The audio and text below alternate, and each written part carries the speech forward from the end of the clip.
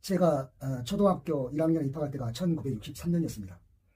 그러니까 제 1년 선배나 또 반대로 제 1년 후배들하고는 특별하게 다른 경험을 겪는 세대였습니다. 그러니까 좀 유별나죠. 그러면 63년도에 초등학교 1학년 입학한 사람을 몇 사람을 예를 들겠습니다. 고 노회찬 의원, 고 박원순 시장, 그리고 그 손석희 물론 뭐 최순실도 있고 또 장경호 목사라든가 뭐 그런 사람도 있고 한데, 이 초등학교 1학년 들어가 보니까 그때는 이제 박정희 대통령이 아니고 박정희 의장이었습니다. 재건 최고의 의장이죠. 그리고 이제 그 63년 연말에 가서 그 선거를 할 때 그때 이제 박정희 후보가 당선이 돼가지고 대통령이 이제 된 것인데요. 근데 방학 때죠. 그러니까는 이 선거 벽보가 붙었는데, 물론 흑백이죠. 뭐 요새는 다 칼라지만 그때는 뭐 옛날이기 때문에 뭐 그림책 같은 것도 없었고, 그러니까 우리한테는 그 선거 벽보가 하나의 뭐 그림책이라 할까요? 신기하잖아요. 뭐 초등학교 1학년 들어가서 뭐 우리 세대는 유치원도 안 다녔으니까 굉장히 새로운 경험이죠. 그래서 그 글씨 배운 거 떠듬떠듬 그 선거 벽보를 다 읽으면서 이렇게 뭐 관심을 갖게 됐어요. 그래서 뭐 의장이 이제 대통령 되는 것도 알고 그러는데, 이 4월 19일이 되면은 그때는 4.19 학생 의거라 그랬는데, 그 교장 선생님들이 5일날 애국조회 때는 굉장히 그 운동장에 다 세워놓고 전개선거 세워놓고 훈화를 하시잖아요. 그게 한 30분을 했던 것 같아요. 상당히 좀 지루하게 느껴지는데, 뭐 다른 걸 몰라도 4.19 학생은 학생들의 막 그 역할, 그 다음에 위대성 이런 걸 많이 이야기해서, 우리 초등학교 1학년 학생이니까 내용은 잘 모르겠지만 굉장히 그 긍지를 갖게 하려고 애쓰는 것 같은 그런 인상을 받았습니다. 그리고 이제 그 64년도 이듬해는 이제 박정희 대통령이 된 것이죠. 그런데 한 3, 4학년 됐을 때 쭉 보니까 그 선생님들도 이제 여러 가지 그 색깔이 있더라고요. 이를테면은 이승만 독재자라고 하는 선생님도 물론 많지만, 어떤 이는 그 4.19로서 이승만이 좌절되지 않았더라면 좀 더 국가가 발전했지 않았겠느냐, 이런 사람도 있고 그러더라고요. 물론 요새도 뭐 그 보수 진보가 있듯이 그때도 그랬겠죠. 그러면 굉장히 낯설더라고요. 왜냐하면 교장 선생님 하는 훈하고, 저희 집에서도 그래요. 제 할머니는 여자분이니까 이승만 대통령이 10년 집권할 때, 12년 집권할 동안 흉년이 한 번도 안 들었다, 뭐 그런 얘기를 하고. 그러니까 뭐냐면 대통령이라는 게 처음 있는 제도다 보니까 뭐 옛날에 그 왕으로 생각하는 거죠. 물론 이제 할아버지나 다른 분들은 어림도 없는 이야기고, 그냥 독재자의 하나일 뿐이고. 이렇게 집에 그때는 이제 뭐 책이 흔치 않으니까, 귀한 거니까 뭐 굴러다니는 책이 있는데, 책 이름이 뭐냐면 만성 이기붕 이렇게 써 있더라고요. 그래서 읽어봤어요. 내가 읽어봤는데 뭐 꼭 이인재처럼 그 어렸을 때 뭐 찢어지게 가난해서 어머니는 뭐 삭바느질하고 자기는 뭐 졸린 눈을 갖다가 무슨 바늘로 찔러가면서 잠을 쫓아가면서 공부를 했다는 그런 내용이 좀 나오더라고요.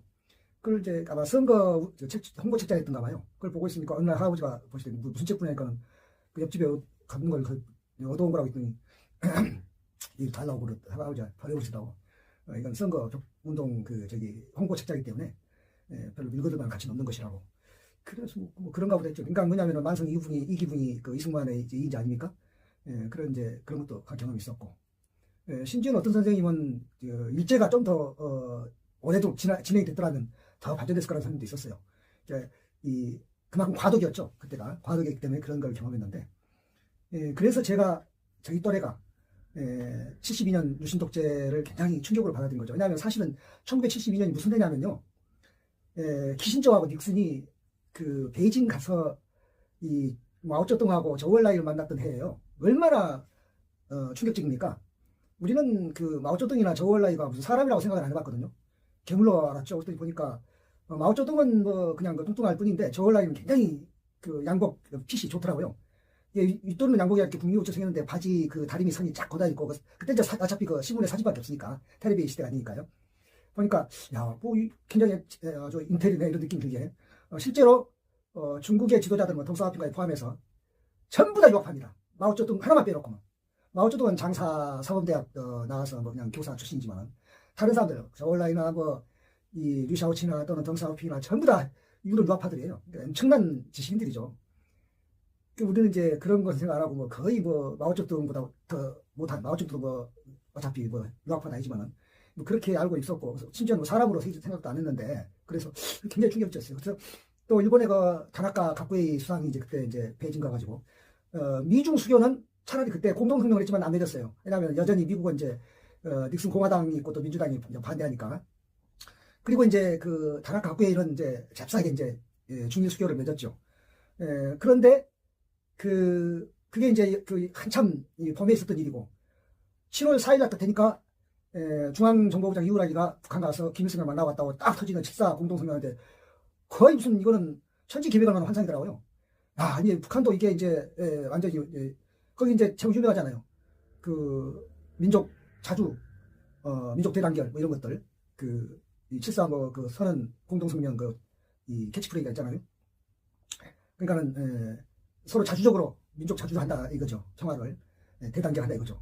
외세에 의존하지 않고 상당히 쇼크죠. 왜냐하면 이게 아주 그냥 용서할 수 없는 적인데 사실은 저는 뼛속까지 반공일 수밖에 없는 게 6.25 때 저희 집안에서 그 16명이 뭐 애들까지 삐약삐약한 애들까지 16명이 학살을 당했거든요. 인민재판에 의해서. 그러니까 뭐 우리 집안에서는 레드 콤플렉스가 이만저만이 아니죠. 심지어 우리 할머니는 89년에 돌아가셨는데 그때 이병주의 지리산이라는 그 원작이 이 드라마로 나왔는데 89년만 해도 우리나라에서 인공기가 이러면서 어떻게 생긴지도 몰랐어요. 왜냐하면 보도에 안 나오니까 김일성 얼굴이 안 나오잖아요. 근데 그러니까 인공기 대신에 그냥 빨간 기만 이렇게 빨갱이라는 빨간 깃발만 항상 보이는데 그걸 보시고도 할머니는 몸소리를 치시더라고요. 그리고 이제 원래 지병이 이제 있으신 천식을 앓으셨기 때문에 천식 이제 발작으로 돌아가셨는데 그만큼 우리 집안은 레드 콤플렉스가 있는데 저도 마찬가지죠. 그래서 이제 7.4 남북 공동성명 때문에 기대가 이제 아주 컸죠. 그 기대가 그러니까는 봄에 있었던 미중 화해라든가 대탕트라 그럽니다. 동서화해. 동은 이제 공산권이고 서는 이제 자유주의권인데 그런 화해 분위기에다가 남북 화해에다가 아주 뭐 꿈에 부풀었는데 느닷없는 이제 그해 10월 달에 이 유신독 쿠데타를 일으켜가지고서 국회를 뭐 해산시켜버리고 뭐 이렇게 해서 이제 그다음부터는 급게 5.18 이듬해가 아니죠. 80년 5.18 그러니까 지금 이거 72년 이야기니까 80년 5.18까지 그 유신 시대가 이어졌다는 것이니까 얼마나 충격이 크겠습니까. 그래서 제가 항상 하는 이야기가 가끔 요새도 뭐 박정희 우상화 이런 거 보면 참 저는 그게 개념 없다고 느끼는 것인데요. 근데 이것이 답답할 때는 뭐냐면은 저희들보다 후배들한테 그런 의식이 있더라고요.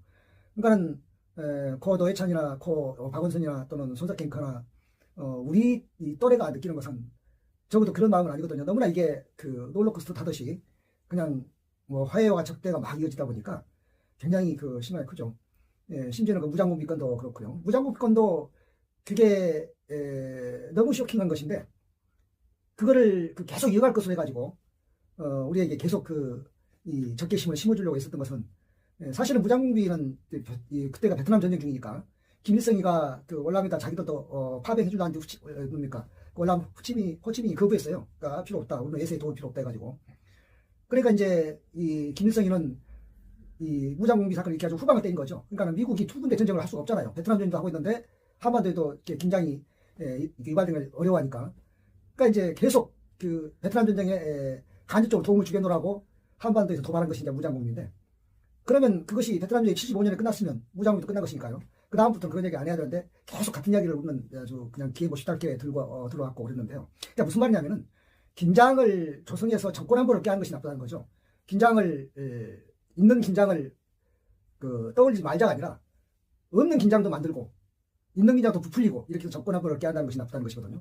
그러니까 유신 독재의 토대는 정권 안보를 위한 그것도 권위주의란 말이 그것도 사실은 순화시키는 말이 독재죠. 독재의 안보를 위한 독재가 권위주의란 말을 우리만 쓰고 있는 거예요. 우리만 쓰는 것도 아니라 독재의 후예들이 쓰고 있는 이야기죠. 말이 안 맞는 말이죠. 권위주의하고 독재하고도 똑같은 동의어가 아니잖아요. 독재의 그런 정권 안보를 해가지고서 국민을 갖다가 그렇게 어떤 이데올로기로 노예로 삼다는 것은 말이 안 되는 것이죠. 그러니까 이제 우리나라 국민성은요, 일본하고 중국하고도 다릅니다. 우리는 원래 조선시대 때부터 아시죠? 선비가 도끼 짊어지고 지부상서가 간다고 도끼 짊어지고 경복궁 앞에 가서 안희대음이 하는 거. 도끼 짊어지면 뭐예요? 죽여라. 네 도끼 나 찍어 죽여도 되고 내가 죽을 수 있다는 거예요. 이게 사대부 정신이죠. 그러니까는 우리는 그런 무슨 지배와 굴종 이런 것이 순치되어 있는 그런 것이 아니고 그런 것을 전부 다 존중하고 설득에 의한 지배가 가능한 것이죠. 그게 왜 그래야 되느냐면요. 중국은 이를테면은 리더십이 굉장히 거의 하늘에서 그러니까 오죽하면 천자라고 하잖아요. 황제를. 지금도 그래. 14억 인구 중에 공산당이 불과 몇 천이에요. 14억 인구의 10%면 1억 4천 아닙니까? 그보다 적은 거예요. 그러니까 10%도 안 되고 공산당이 5% 정도밖에 안 되는 겁니다. 한 8%나. 거기 그래도 한 수천 명이잖아요. 수천만 명. 수천만 명 중에서 시진핑이니까 수천만 명 우리나라 국민이 지금 5천만인데 5천만보다 남북한 다 해도 7천만 7천만 8천 되는데 다 해가지고 하나 뽑은 게 시진핑. 다 공산당이라고 치더라도. 그러니까는 거의 그 지배자가 이거는 무슨 사람이라는 생각이 안 드는데 또 일본은 뭐냐면 선나라인데 저기는 이제 원래 일본은 사무라이 때부터 그렇고 힘에 굴종하는 것이 다 그건 아주 그냥 이 피가 유전자가 그렇단 말이에요. 그러니까 일본은 사무라이 역사밖에 없어요. 우리는 뭐냐면은 거꾸로 선비 역사예요. 사무라이 역사가 아니에요.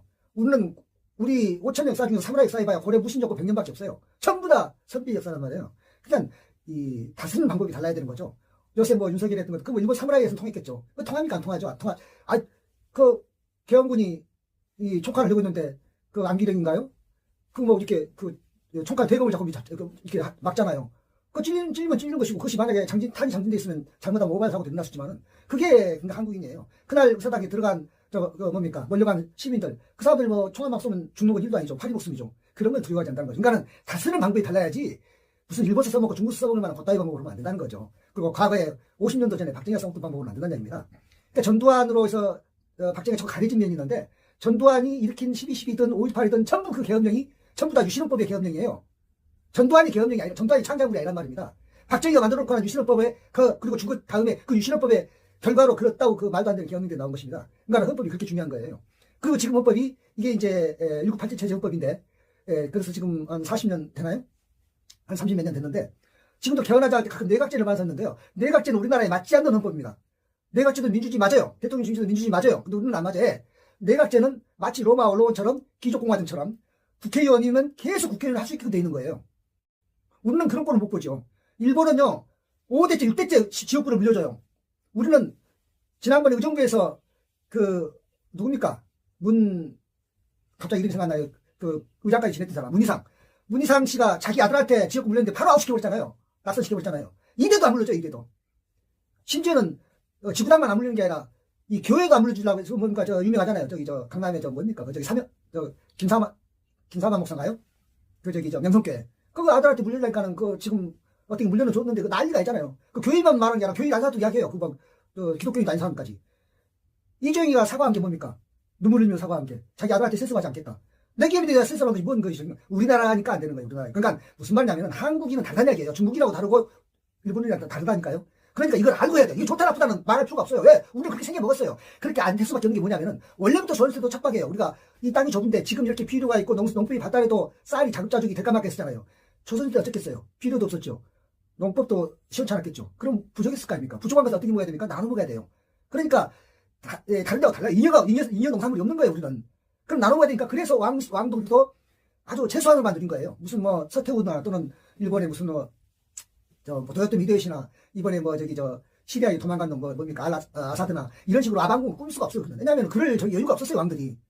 조선의 왕들이요. 그렇게 우리가 뭐 우습게 알지만은 하루 종일 공부하고 그리고 뭐 그냥 밥만 먹고 산 거죠. 그럼 그 사람들이 알아서 무슨 밥 6그릇 먹고 산 거고 7그릇 먹고 산 게 아니에요. 그러니까 무슨 말이냐면 원래 자원이 적기 때문에 이걸 나누지 않으면 안 되는 거예요. 지방간들이요. 자기들 지방 수령들이 자기 그 지방에서 만약에 굶어 죽은 사람 나왔다 그러면 바로 모가지예요. 지금도 누가 굶는다고 해서 뭐 군수 시장 군수 모가지 떨어지는 거 봤어요? 그런 게 조선시대예요. 그러니까 그 조선시대는 게 무슨 나라가 아니에요. 그렇게 어려운 관도 꿈이 없는데 그래가지고 그래서 왕들도 그 상수하고 뭐 도끼 지부상서 도끼 짊어지고 상수하면은 그걸 어떡하지 못한 거예요. 뭐 조선 500년 역사에서 지부상서했다고 해서 뭡니까 직원 도끼로 죽였다는 말 들어봤어요? 안 죽였어요. 그게 우리나라예요. 그러니까는 앞으로도 정치도 그렇게 해야 되고 내각제를 우리가 안 만들고 그냥 내각제를 하게 되면은 국회의원들이 계속 그 세습할 수가 있어요. 계속 다선의원이 될 수가 있어요. 사실은 3선 이상은 안 된다는 말도 있어요. 나는 뭐 꼭 그렇게 생각하지 않는데 3선 아니라 5선, 6선, 8선 해야겠죠. 근데 중요한 건 뭐냐면은 그냥 개나 고동이나 다 그냥 누릴 수가 있는 거예요. 그러면 자꾸 안 들어오게 돼요. 저기 새로운 치가 수익이 안 되는 겁니다. 그럼 내각제가 안 맞는 거예요. 그리고 어떤 사람도 그런 사람들이 국회에 뭐 세비를 뭐 자꾸 줄이자 그러는데 세비를 많이 받는 것도 문제인데 줄이면 어떤 문제가 생기냐면은 여유 있는 사람들만 국회의원 할 수가 있어요.